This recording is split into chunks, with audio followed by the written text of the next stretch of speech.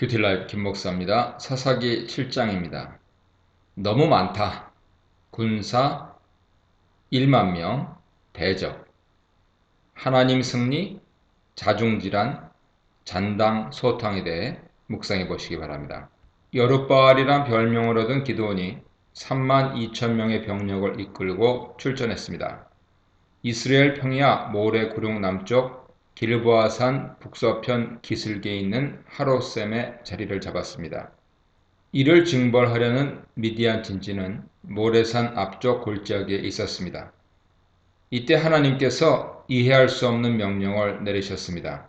너를 좇은 백성이 너무 많아 스스로 이겼다 하는 말이 나오지 않도록 지금이라도 돌아가고 싶은 이들은 돌아가라는 것이었습니다. 더 모아도 모자란 판에 병력을 대폭 줄이라는 말씀이었죠. 기드온은 그대로 행했습니다. 이미 그에게는 전쟁의 승패는 하나님께 달려있다는 믿음이 생긴 것일까요? 방법은 모르더라도 말이죠.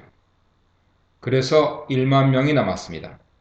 주님께서 또다시 아직도 많다고 하시며 샘가에 가서 두 종류 사람들을 구별하라고 하셨습니다. 가기 전에는 아마도 어떤 기준인지 알려주시지 않았던 것 같습니다. 손으로 움켜 입에 대고 개의 핥는 것 같이 혀로 물을 핥는 자가 300명이었습니다. 이 300명만 남기고 나머지 병력도 다 귀가시키라고 하셨습니다. 그대로 했습니다. 조직관리 차원에서 볼 때 교회든 회사든 300명이 넘으면 상호 교류가 끊어지기 시작합니다. 신학교 때도 300명이 넘으면 교회 분립을 가르침받습니다. 기드온의 경우 야밤 기습작전을 수행하기 위한 최적 인원이 300명이었습니다. 성경은 참으로 놀랍습니다. 백성들의 손에는 양식과 나팔이 들려 있습니다. 나팔을 든 이유는 압제받을 때 그 대적을 치러 나가며 부는 나팔 소리를 하나님께서 들으시고 이스라엘을 기억하시겠다는 믿음이 있었기 때문입니다. 민수기 10장 9절 보세요. 주님께서는 한 번 더 친절하게 기드온에게 미디안과의 전쟁에서 반드시 이긴다는 사실을 확인시켜 주셨습니다.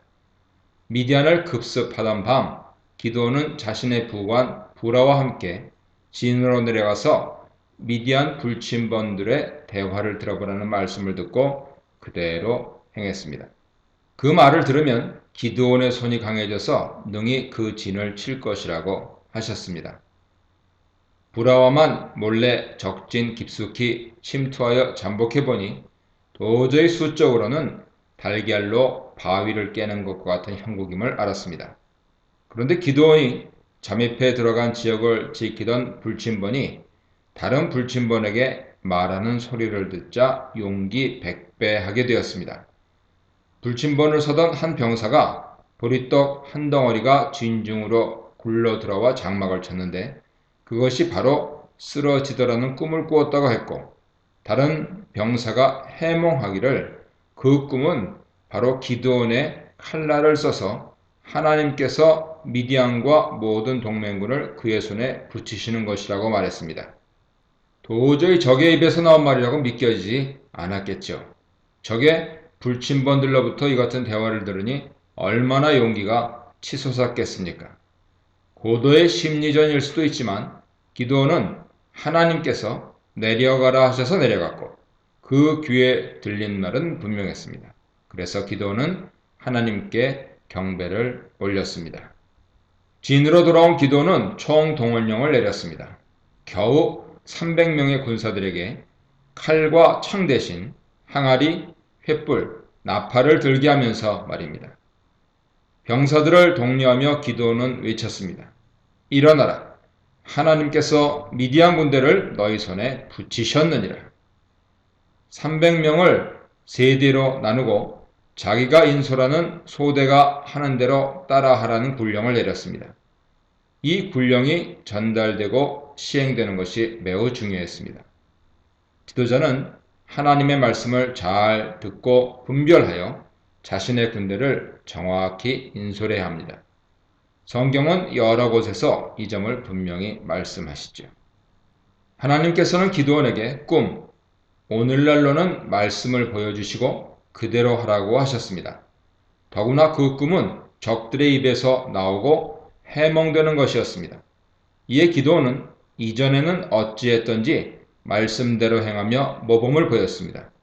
그래서 참으로 어처구니 없는 듯 보이지만 칼 대신 나팔을, 창 대신 항아리와 횃불을 들라고 병사들을 독려했습니다. 그리고 300명의 결사항전대는 죽음을 각오하고 기드온을 따랐습니다. 손에 무기도 없이요. 여기서 병사들의 자세가 나옵니다. 하나님 병사들의 정신은 세상 군대 그것과 다릅니다. 이를 소년 다윗이 잘 요약해 주죠. 사무엘상 17장 47절을 보면 다윗은 어마어마하게 큰 적장을 앞에 두고 이렇게 외칩니다. 지극히 크신 하나님의 구원하심이 칼과 창, 즉 돈, 지위 혹은 밤의 세력 등에 있지 아니함을 이 무리 하나님을 믿는 백성들과 믿지 않는 모든 자들로 알게 하리라. 전쟁은 그분께 속한 것인즉 그가 너희를 우리 손에 붙이시리라. 우리는 이렇게 사는 사람들입니다.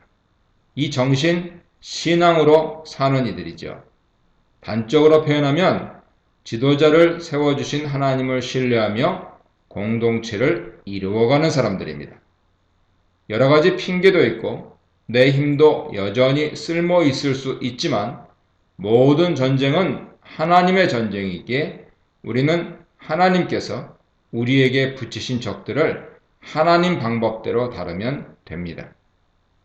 우리가 이렇게 할 수 있기 위해서는 하나님께서 전쟁하시는 특이한 방법을 이해해야 합니다. 물론 이 시각에도 대소규모의 충돌 및 전쟁이 수없이 일어나고 있습니다. 그런데 하나님께서는 항상 결정적인 순간에 자신만을 의지하는 당신의 백성들을 걸출한 방법으로 구하시죠.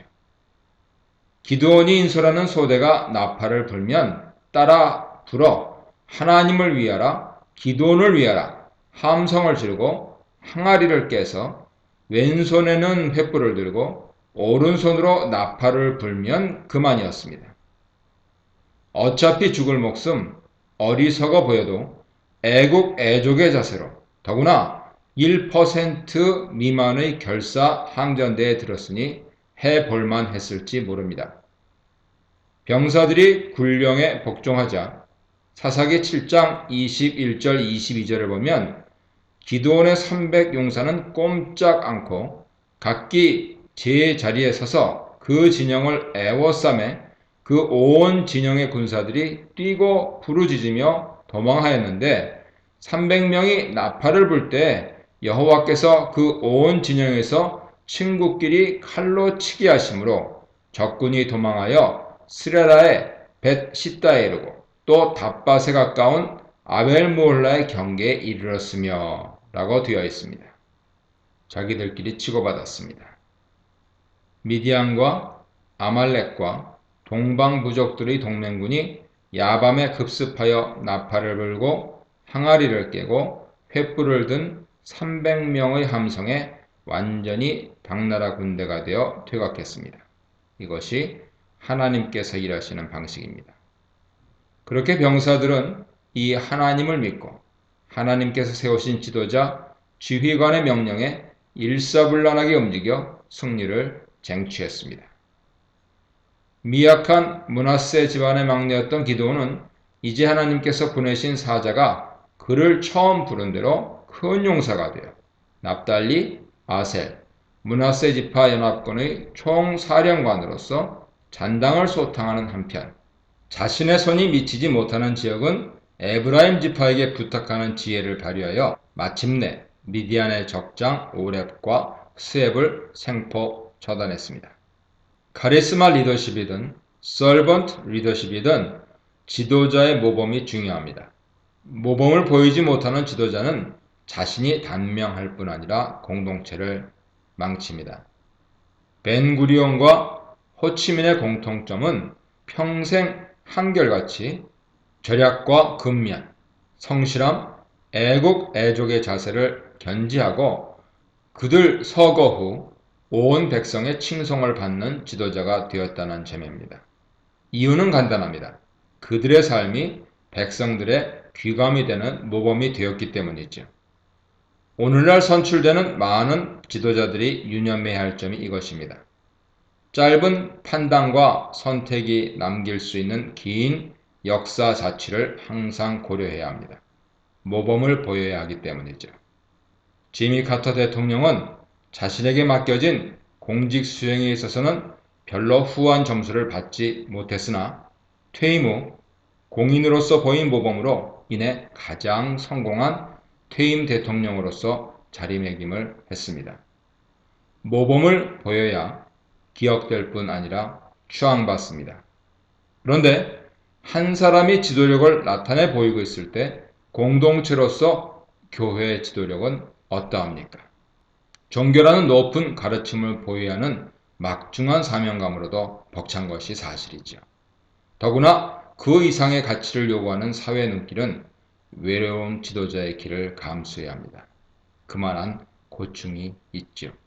그럼에도 교회 지도력을 따져 보아야 합니다.